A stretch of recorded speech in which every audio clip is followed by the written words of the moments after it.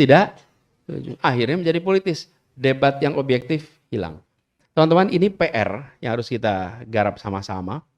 Dan saya masih sangat optimis bahwa unsur-unsur pro-demokrasi di Indonesia akan ikut dan bisa menjaga demokrasi kita tetap berada di relnya. Walaupun kita menyaksikan beberapa waktu terakhir ini kecenderungan untuk derailing demokrasi itu ada.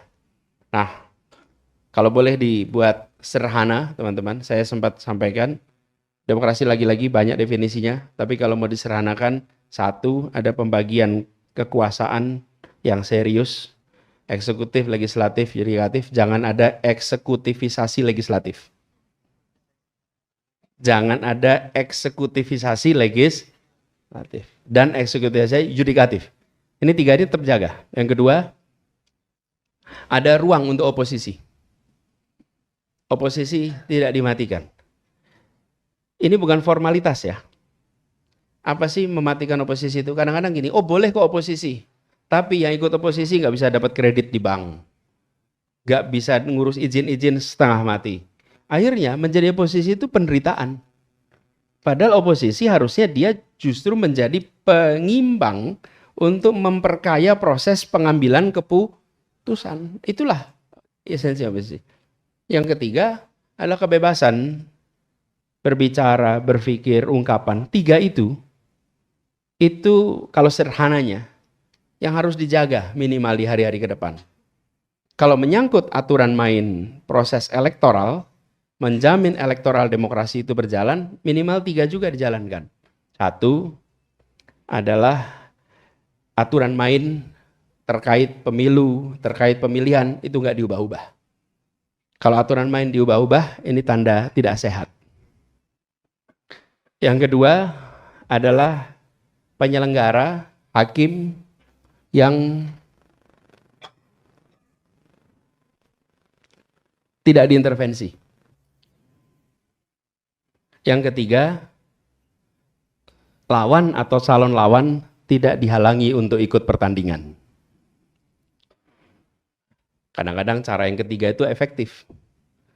Jangan boleh ikut. Nah, tiga itu yang membuat proses elektoral demokrasi itu terjaga. Ini buat teman-teman catat, bahwa ke depan, bila ada tanda-tanda itu muncul, maka harus fight against it. Harus berjuang untuk menjaganya, terkait elektoral dan terkait proses demokrasi. Pak Useng, sampai di sini dulu, kita diskusi selanjutnya. Terima kasih.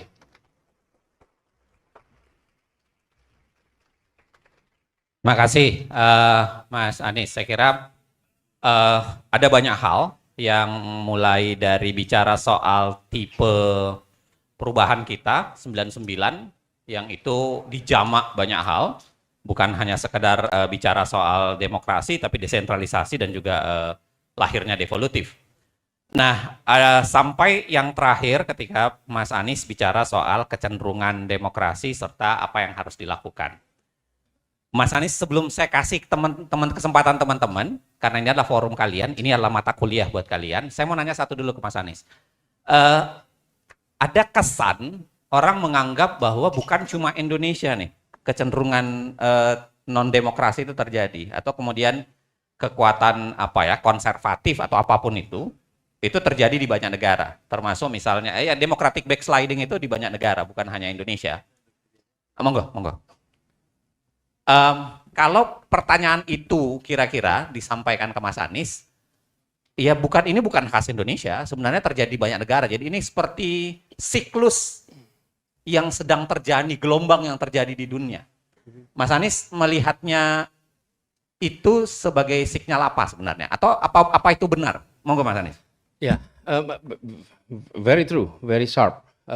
Jadi kita menyaksikan ada kecenderungan bukan saja ide-ide non-demokratis, tapi ide-ide yang semula sudah dianggap usang, sudah dianggap terbelakang dan salah, sekarang menemukan tempatnya untuk muncul dan mendapatkan ruang secara besar.